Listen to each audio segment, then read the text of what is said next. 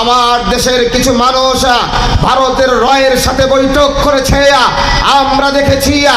আমেরিকার সাথে বৈঠক করেছে। আমরা তাদেরকে বলতে চাই, ভারতের দালাল যারা রয়েছে, আমেরিকার দালাল যারা রয়েছে, অনতি বিলম্বে তোমাদেরকেও বাংলার মুসলমান দেশ ছাড়া করবে, ঠিক কিনা বলেন? কারণ এদেশ আমার, এদেশ আমাদের, ঠিক কিনা বলেন? দেশটা নয়তো কারো বাবার ভিটা, করবে মন চাইলেই যখন যেটা, ঠিক কিনা বলেন? এই দেশের ইঞ্চি ইঞ্চি মাটির সাথে আমার মা, আমার বাবা, আমার দাদা, আমার নানা, তাদের রক্ত লেগে আছে। সুতরাং সেই রক্তের এক এক ফোঁটার হিসাব নেওয়া হবে, ঠিক কিনা বলেন? আমার বড় দুঃখ লেগেছে। আমি আমার কষ্ট থেকে কথাগুলো বলছি। আপনারা কতটুকু জানেন এদেশে শুয়ারের গোস্ত আমদানি হচ্ছে? নাউজুবিল্লাহ পড়বেন না? কারা আমদানি করছে? যারা ক্ষমতায় বসে হালুয়া রুটির ভাগিদার ছিল। এদেশে নির্বাচনের আগে রয়ের সাথে বৈঠক করা হয়, আমেরিকারেও খুশি করা হয়। আচ্ছা বলেন তো, যারা ভারতের রয়ের সাথে বৈঠক করে, আমেরিকারে খুশি করে, তাদের মধ্যে ইসলাম আছে না গেছে? কথা বলেন। ভারত তো একবারে পরিপূর্ণ চায় বাংলাদেশে একবারে ইসলামী হুকুমত কায়েম হোক, চায়। আমেরিকা আরো জোরে কন্যা বাজান, আমেরিকা। তাহলে বোঝা গেল যারা এদের সাথে তলে তলে বৈঠক করে তাদের মধ্যে ঝামেলা। আরো জোরে কন, ঝামেলা। বর্তমান যে সংসদটা সাজানো হয়েছে, সেখানে শাহবাগী নর্তকী আছে না নাই? কথা বলেন, আছে না নাই? দু চারজন যারা ইনসাফের কথা বলেছে, আমার বন্ধুবর, আমার ভাই মুফতি হানজালা কাদিয়ানীদেরকে অমুসলিম ঘোষণার কথা বলেছে, কিন্তু তার পক্ষে টেবিল থাপড়ানো হয়। কথা কন না কেন? মুসলমানরাই থাপড়ায় নাই। তাইলে ওই উসুলে যে কাদিয়ানীদেরকে কাফের মনে করবে না, সেও কি ভাই? সেও কি ভাই? তাহলে পার্লামেন্টের অবস্থাটা কি? শাহবাগী নর্তকী মহিলারাও এখন পার্লামেন্টে। সুতরাং আমাদের ভবিষ্যৎ কি হবে জানে কে? আরো জোরে কন। তবে উলট পালট দেখলে 24-এ যেমন রক্ত দিয়েছি, আবার যদি 26-এও রক্ত দেওয়া লাগে, কারা কারা তৈয়ার?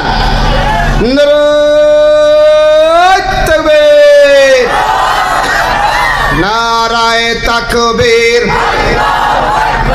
কোরআন হাদিস যেখানে,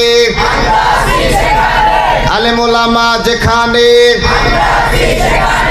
দুনিয়ার মুসলিম এক হও, লড়াই করো। হাত নামান।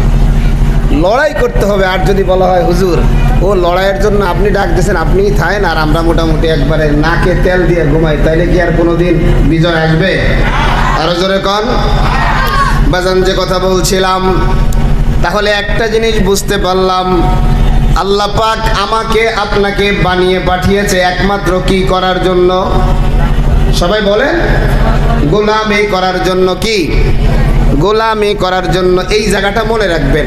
আজকের পুরো আলোচনাটা ইনশাআল্লাহ গোলামির উপরেই হবে। কারণ আমার মাকসাদ ঠিক নাই, আমার গন্তব্য ঠিক নাই, যার কারণেই তো আমি সুদ খাই, যার কারণেই তো আমি হারাম খাই, যার কারণেই তো আমি মিথ্যা কথা বলি, যার কারণেই তো আমি জুলুম করি। কারণ আমার তো গন্তব্য নিয়ে ধান্দা চিন্তা নাই। আমি তো মনে করি আসছি দুনিয়ায়, খাও দাও ফুর্তি করো, দুনিয়াটা কথা কন না কেন? দুনিয়াটা কি ভাই? মস্ত বড়। কিন্তু বাজান মুসলমানের এই চিন্তা হতে পারবে না। মুসলমান গোলামি করবে কেমন করে? সাহাবায়ে কেরাম থেকে মুসলমান গোলামি শিক্ষা নিবে। কারণ নবীজির অনেক সাহাবী এমন আছে যে সাহাবীরা সারাদিন রোজা রাখছে, সারাদিন রোজা, এবং আবার একটা দিনই শুধু রোজা না, বছর বইরা রোজা রাখছে। আবার রাত্র যখন হয়, সারা রাত দাঁড়ায়া দাঁড়ায়া আল্লাহ পাকের দরবারে নামাজ আদায় করছে। সুবহানাল্লাহ। তাইলে সারা রাত যারা নামাজ পড়লো, বলেন তো এদের ফরজ ঠিক আছে না নাই? অবশ্যই আছে। সর্বপ্রথম ফরজ ঠিক করতে হবে, এরপরে ওয়াজিব ঠিক করতে হবে, এরপরে সুন্নাতে মুআক্কাদা ঠিক করতে হবে, এরপরে সুন্নাতে জায়েদা, এরপরে গিয়া নফল। সাহাবায়ে কেরাম, একজন সাহাবী নাম হলো আব্দুল্লাহ ইবনে আমর ইবনুল আস রাদিয়াল্লাহু তাআলা আনহু। আব্দুল্লাহ ইবনে আমর ইবনুল আস রাদিয়াল্লাহু তাআলা আনহু সারা রাত দাঁড়ায়া দাঁড়ায়া নামাজ পড়ে, সারা দিন রোজা রাখে, রাত এবং দিন 24 ঘন্টা গোলামি করে। কার? একটু জোরে বলেন না কার? তাইলে এবার আব্দুল্লাহ ইবনে আমর ইবনুল আস রাদিয়াল্লাহু তাআলা আনহুকে তার বাবা আমর ইবনুল আস রাদিয়াল্লাহু তাআলা আনহু বিবাহ করাইছেন। বিবাহ করানোর পরে পুত্রবধূকে জিজ্ঞেস করছে, মা, আমার ছেলে আব্দুল্লাহ কেমন? তো পুত্রবধূ বলে, বাবা, আপনার ছেলে অনেক ভালো, বড় বুজুর্গ, আল্লাহওয়ালা, বড় দিনদার। বলে, কি তার আমল? বলে, সারা রাত দাঁড়িয়ে দাঁড়িয়ে নামাজ পড়ে, সারা দিন রোজা রাখে। আমর ইবনুল আস রাদিয়াল্লাহু তাআলা আনহু বলতেছে, তাই নাকি? বলে, হ্যাঁ। এই জবাবটার ভিতরে একটা অভিযোগও আছে। হযরত আমর ইবনুল আস রাদিয়াল্লাহু তাআলা আনহু বুঝতে পারলেন যে সারা দিন যদি নামাজ পড়ে, সারা রাত যদি নামাজ পড়ে আর দিন যদি রোজা রাখে, তো স্ত্রীকে সময় দেয় না। তো তিনি সাথে সাথে নবীজির কাছে চলে গেলেন। নবীজির কাছে গিয়ে বলে, ইয়া রাসূলুল্লাহ, আমার সন্তান আব্দুল্লাহর তো আমলের এই অবস্থা, সারা রাত নামাজ পড়ে, সারা দিন রোজা রাখে।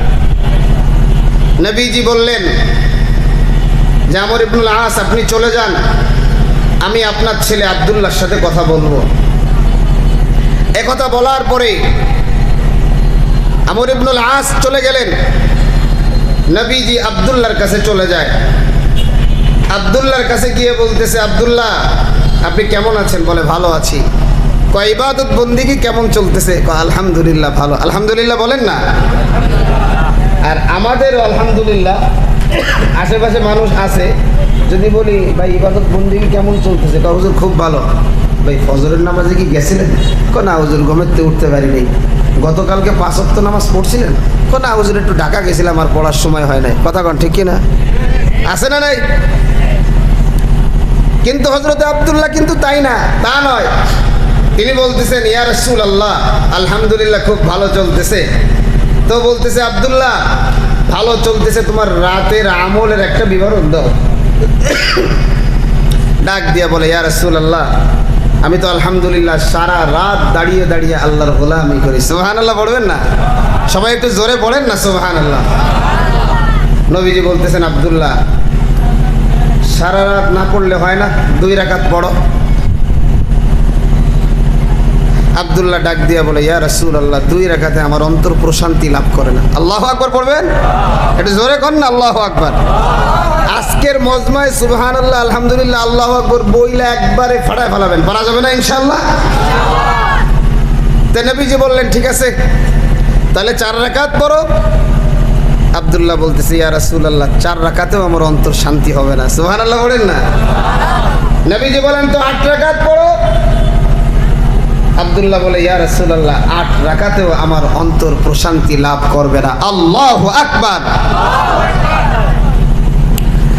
এমন সময় আব্দুল্লাহ ডাক দিয়ে বলে, ইয়া রাসূলুল্লাহ, আপনি না বলেছেন জুইলাত কুররাতু আইনি ফিস সালাহ, যে নামাজের ভিতরে আমার চক্ষু শীতল হয়। নবী গো, আমারও তো মন চায় আমারও যেন চক্ষুটা শীতল হয়। আল্লাহু আকবার, আল্লাহু আকবার। আল্লাহর নবী বলেন, আব্দুল্লাহ, ঠিক আছে, তুমি রাতটাকে 3 ভাগে ভাগ করবা। 1 ভাগ তুমি দাঁড়িয়ে দাঁড়িয়ে আল্লাহর গোলামি করবা, তো নবীজি বলেছেন, ব্যাস রাত্রের ফয়সালা তো হয়ে গেল। এবার আব্দুল্লাহকে জিজ্ঞেস করছে, আব্দুল্লাহ তোমার দিনের আমল কি? এমন সময় ডাক দিয়ে বলে, ইয়া রাসূলুল্লাহ আমি তো সারা বছর রোজা রাখি। সুবহানাল্লাহ কন না, আরো জোরে কন না সুবহানাল্লাহ। আর আমগো উপরে খালি রমজান মাসে আয় সর্বনাশ, এই মোটা মোটা শরীরওয়ালা দেহওয়ালা এই খাটাসগুলোও রমজান মাসে খায়, আছে না নাই? আল্লাহ রাসূল কয়, আব্দুল্লাহ সারা বছর রোজা রাখা রাখবে না, সপ্তাহে 2টা রোজা রাখবা। কয়টা রোজা? এক হলো সোমবার, আমিও 2টা রোজা রাখি, সোমবারে রোজা রাখি, আর একটা হলো বৃহস্পতিবারে রোজা রাখি। সোমবারে রোজা রাখার কারণ হলো এই সোমবারে আমি নবীর জন্ম, আর বৃহস্পতিবারে রোজা রাখার কারণ হলো আল্লাহ তাবারক তাআলার দরবারে প্রতি সপ্তাহের আমলগুলা এই বৃহস্পতিবারে পেশ করা হয়। সুবহানাল্লাহ।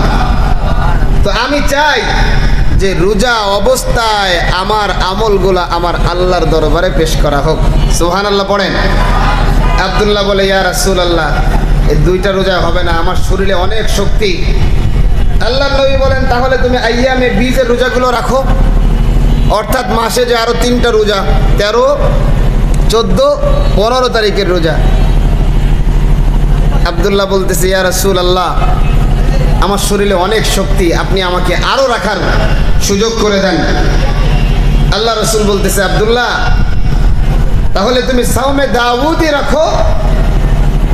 দাউদ আলাইহিস সালাম যেমন করে রোজা রাখতেন, একদিন রোজা রাখতেন আরেকদিন ইফতারি করতেন, তুমি তেমন করে রোজা রাখো। আমার নবী যখন একের পর এক আব্দুল্লাহরে রোজা কম রাখার জন্য বলে, আরে এখন আব্দুল্লাহর জবান বন্ধ হয়ে গেছে। আব্দুল্লাহ ইবনে আমর ইবনুল আস রাদিয়াল্লাহু তাআলা আনহু এখন আর কোনো কথা বলে না, চোখের কোনা দিয়া টপ টপ করে পানি বেবে, গাল বেবে, দাড়িগুলা ভিজে ভিজে জমিনে পড়া আরম্ভ হয়ে গেছে। আমার নবী তাকাইয়া দেখে রে, আমার একজন সাহাবী আমার আল্লাহর গোলামি করার জন্য কি পরিমাণ ইচ্ছা।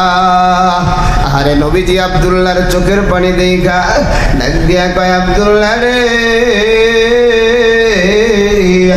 আমি নবী তোমাকে পারমিশন দিয়ে দিলাম, 5 দিন ব্যতীত সারা বছর তুমি রোজা আল্লাহর জন্য পালন করবা। কেমনে সম্ভব? গন্তব্য যদি আগে ঠিক করতে পারেন তাহলে সম্ভব।